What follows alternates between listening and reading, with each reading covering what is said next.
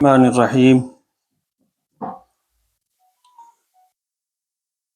ان الحمد للہ نحمده ونستعینه ونستغفره ونؤمن به ونتوکل علیہ ونعوذ باللہ من شرور انفسنا ومن سیئات اعمالنا من يهده الله فلا مضل له ومن يضلله فلا هادي له ونشهد ان لا اله الا الله وحده لا شريك له ونشهد أن محمدا عبده ورسوله أما بعد فأعوذ بالله من الشيطان الرجيم بسم الله الرحمن الرحيم الذين ينقضون عهد الله من بعد ميثاقه ويقطعون ما أمر الله به أن يوصل به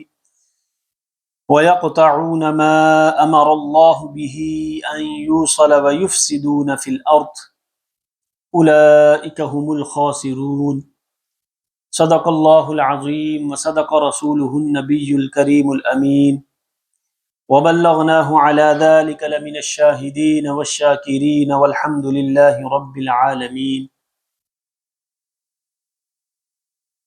محبت، عقیدت، الفت اور پیار سے درود و سلام. الصلاة والسلام علیک یا سیدی یا رسول اللہ وعلى آلك وأصحابك وسلم عليك يا شفيع المذنبين. الصلاة والسلام عليك يا سيدي يا رسول الله وعلى آلك وأصحابك وسلم عليك يا خاتم النبيين. سامعین عزیز وقار، آج کی اس بابرکت جمعۃ المبارک کی محفل میں سورہ بقرہ کی آیہ نمبر 27 میں نے تلاوت کرنے کا شرف حاصل کیا. اللہ رب العزت ارشاد فرماتا ہے الذین ینقضون عہد اللہ من بعد میثاقہ، جو لوگ اللہ سے کیے ہوئے عہد کو، ینقضون عہد اللہ،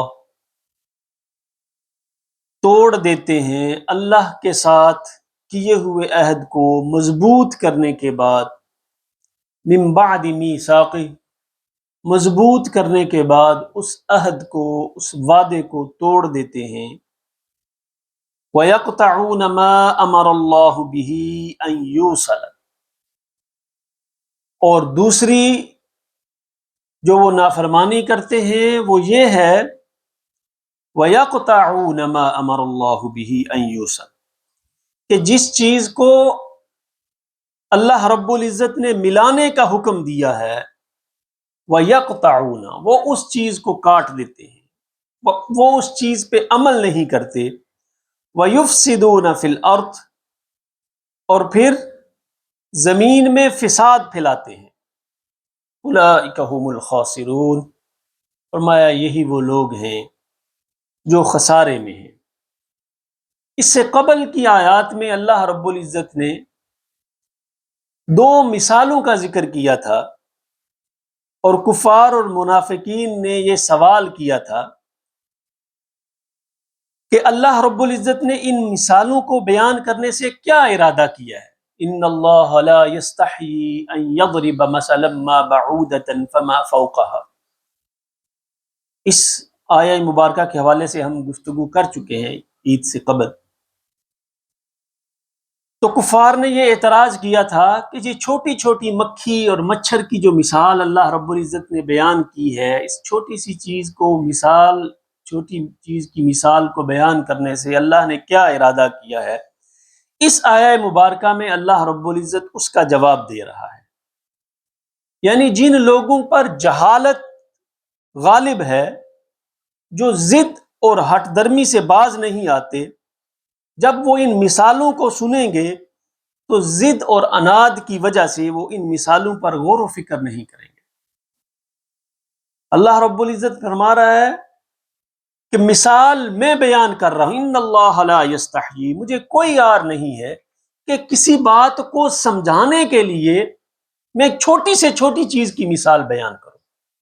اور آگے فرما رہا ہے کہ جس کے دل میں جہالت ہے، جو انسان ضد اور ہٹ درمی پہ اڑا ہوا ہے، وہ اس کے برعکس کے ان مثالوں پہ وہ غور کرے، وہ اپنی ضد اور ہٹ درمی کی وجہ سے وہ فوراً اس کا انکار کر دے گا.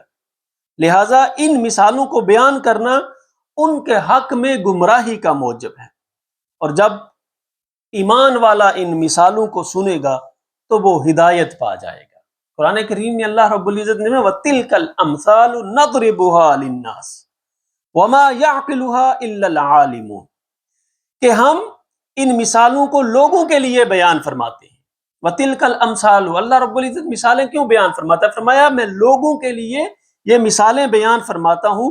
وَمَا يَعْقِلُهَا إِلَّا الْعَالِمُونَ، کہ اس کو ہر کوئی نہیں سمجھ سکتا.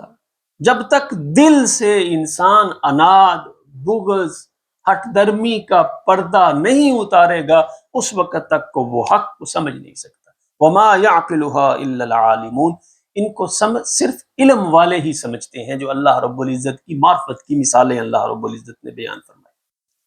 اب ایک اور سوال کیا گیا تھا کہ قرآن کریم میں اللہ رب العزت نے اس سے قبل کی آیات میں ارشاد فرمایا یضل به کثیرا ویہدی به کثیرا، کہ اللہ رب العزت بہت سے لوگوں کو گمراہ کرتا ہے، بہت سے ایسے لوگ ہیں قرآن کی وجہ سے جو ہدایت پہ آ جاتے ہیں.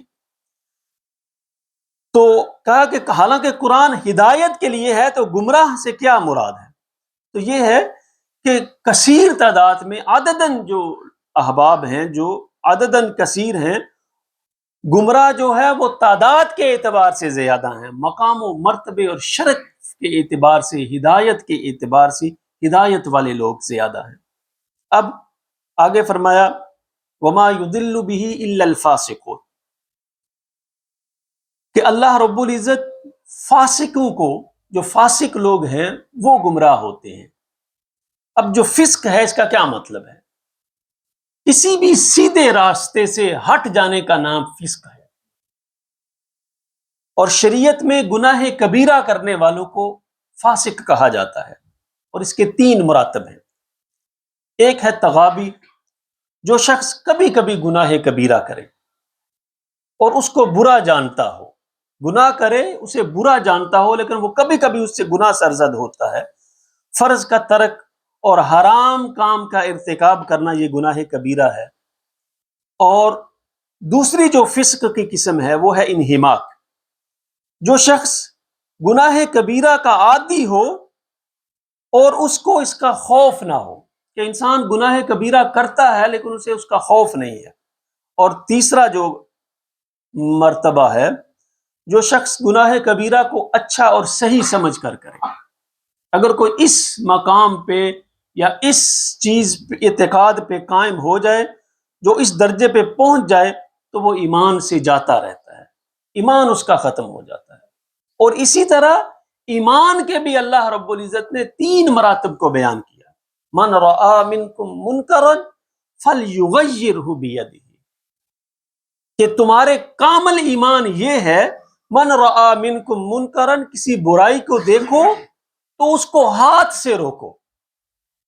ومن لم یستطع فبلسانہ، اگر تمہارے اندر اتنی طاقت نہیں ہے کہ تم ہاتھ سے اس برائی کو روک سکو، تو پھر زبان سے کہہ کر، تبلیغ سے، تلقین سے، اپنی زبان سے اس کو روکو. ومن لم یستطع فبقلبہ، اور اگر تم میں اتنی ہمت نہیں، تم زبان سے بھی نہیں کہہ سکتے، ومن لم یستطع فبقلبہ، تو پھر اس کو دل میں برا خیال کرو. ذالک اضعف الایمان، یہ کمزور ترین ایمان کی نشانیوں میں سے ایک نشانی ہے. اور اس آیہ مبارکہ میں یہاں فاسق سے مراد وہ منافقین ہیں جو فسق کے 3 درجے پہ فائز ہیں. اور اب اس آیہ مبارکہ میں اللہ رب العزت فرماتے ہیں الذین ینقضون عہد اللہ، جو لوگ اللہ سے کیے ہوئے عہد کو مضبوط کرنے کے بعد توڑ دیتے ہیں. اب وہ عہد کون سا ہے؟ غالباً گزشتہ نشست میں ہم نے یہ آیہ مبارکہ تلاوت کی تھی کسی اور کنٹیکسٹ میں. وَإِذْ أَخَذَ رَبُّكَ مِن بَنِي آدَمَ مِن ظُهُورِهِمْ وَذُرِّيَّتَهُمْ وَأَشْهَدَهُمْ عَلَىٰ أَنفُسِهِمْ أَلَسْتُ بِرَبِّكُمْ، کہ یاد کیجئے جب اللہ رب العزت نے، آپ کے رب نے بنو آدم کو ان کی پیٹھوں سے، ان کی اولادوں کو نکالا اور ان پر خود کو وَأَشْهَدَهُمْ عَلَىٰ أَنفُسِهِمْ، خود کو ان پر گواہ بنا دیا اور کہا الست بربکم، کیا میں تمہارا خدا نہیں ہوں؟ قالوا بلا، سب نے کہا کیوں نہیں، شہدنا علی انفسنا، اس عہد کا اللہ رب العزت نے ذکر فرمایا الذین ینقضون عہد اللہ من بعد میثاقہ، کہ جو لوگ اللہ رب العزت کے ساتھ مضبوط عہد کرنے کے بعد توڑ دیتے ہیں، اور جن چیزوں کو وَيَقْطَعُونَ مَا أَمَرَ اللَّهُ بِهِ، جن معاملات کو، جن چیزوں کو اللہ رب العزت نے جوڑنے کا حکم دیا ہے انہیں توڑ دیتے ہیں، اعمال صالحہ سے ہٹ جاتے ہیں، وَيُفْسِدُونَ فِي الْأَرْضِ، اور زمین میں فساد کرتے ہیں، أُولَٰئِكَ هُمُ الْخَاسِرُونَ، یہی لوگ جو ہیں وہ خاسر ہیں، یہی لوگ نقصان میں ہیں۔ اب اعمال صالحہ، کوئی انسان نیک عمل کرتا ہے تو اس کی قبولیت کے لیے کچھ شرائط ہیں، کچھ چیزیں ہیں کہ انسان جب تک ان چیزوں پہ عمل نہیں کرے گا اس کی نیکی بھی قبول نہیں ہو۔ سب سے پہلی جو ہے اعمال صالحہ کی جو شرط ہے وہ یہ ہے کہ اللہ پہ انسان کا کامل ایمان ہو۔ جب اللہ کی ذات پہ کامل ایمان ہوگا تو پھر تمہاری ہر نیکی اللہ قبول کرے گا۔ من عمل صالحا من ذکر او انثی وہو مؤمن، کہ جو کوئی بھی نیک اعمال کرتا ہے من ذکر او انثی، چاہے وہ مرد ہو چاہے وہ عورت ہو، فلنحیینہ حیاتا طیبہ، تو ہم اسے پاکیزہ زندگی بسر کرائیں گے۔ اللہ انعام کتنا بڑا دے رہا ہے کہ میری ذات پہ کامل ایمان لے آؤ، من عمل صالحا منکم، اللہ کی ذات پہ کامل ایمان کے بعد نیک اعمال کرو گے، چاہے مرد ہو چاہے عورت ہو، وہو مؤمن، بس ایمان ہونا چاہیے انسان کے دل میں، فلنحیینہ حیاتا طیبہ، تو دنیا میں پاکیزہ زندگی بسر کرائیں گے، اور پھر وَلَنَجْزِيَنَّهُمْ أَجْرَهُمْ بِأَحْسَنِ مَا كَانُوا يَعْمَلُونَ، دنیا میں تو پاکیزہ زندگی اس کی ہم بسر کروائیں گے، اور آخرت میں بھی اس کو بہترین اعمال، اس کے جو اعمال ہیں اس کا ہم اسے بہترین اجر عطا فرمائیں۔ اور دوسری جگہ میں سورہ نساء میں اللہ رب العزت نے ارشاد فرمایا وَمَنْ يَعْمَلْ مِنَ الصَّالِحَاتِ مِنْ ذَكَرٍ أَوْ أُنْثَىٰ وَهُوَ مُؤْمِنٌ فَأُولَٰئِكَ يَدْخُلُونَ الْجَنَّةَ وَلَا يُظْلَمُونَ نَقِيرًا، ایمان اللہ کی ذات پہ لے آؤ، کامل ایمان پختگی کے ساتھ اللہ کی ذات پہ لے آؤ، تو پھر کیا ہوگا؟ فَأُولَٰئِكَ يَدْخُلُونَ الْجَنَّةَ، جنت کے دروازے اللہ رب العزت تمہارے لیے کھول دیں گے، وَلَا يُظْلَمُونَ نَقِيرًا، اور کسی کا بھی حق نہیں مارا جائے گا، ایک ذرہ برابر بھی کمی بیشی نہیں کی جائے گی، سب کو عطا کر دیا جائے گا۔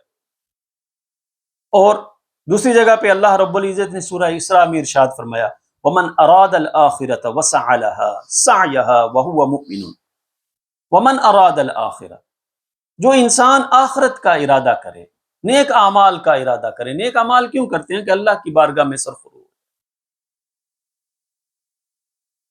جو نیک اعمال کا، جو آخرت کا طلبگار ہو، وَسَعَ لَهَا سَعْيَهَا، اور اس کے لیے کوشش بھی کرے، وَهُوَ مُؤْمِنٌ، وہ ایمان میں ایمان والا ہو، دل میں اللہ کی ذات پہ ایمان رکھتا ہو، فَأُولَٰئِكَ كَانَ سَعْيُهُمْ مَشْكُورًا، اللہ رب العزت کے ہاں کان سعیہم مشکورا، جو بھی اس کے اعمال ہوں گے، جو بھی اس کی کوشش ہوگی، اللہ کے ہاں وہ مشکور ہوگی، اللہ کے ہاں وہ قبول کی جائے۔ یہ نہ ہو کہ ایسا ہو کہ انسان اپنے اعمال کو پسے پشت ڈال دے۔ وہ قرآن کریم میں اللہ رب العزت نے فرمایا نا کہ کل جو آنے والا ہے اس کے لیے تیاری کیا کی ہے تم نے، اس کی تیاری کے لیے غور و فکر کرو۔ جب اس کی تیاری کے لیے غور و فکر کرو گے، اللہ کی ذات پہ کامل ایمان لے کے آؤ گے، اللہ برکتیں عطا کرے گا، اللہ تمہارے اعمال کو قبول کرے گا۔ دعا ہے اللہ رب العزت اسلام کی ان تعلیمات کو سمجھنے اور ان پر عمل کی توفیق عطا فرمائے۔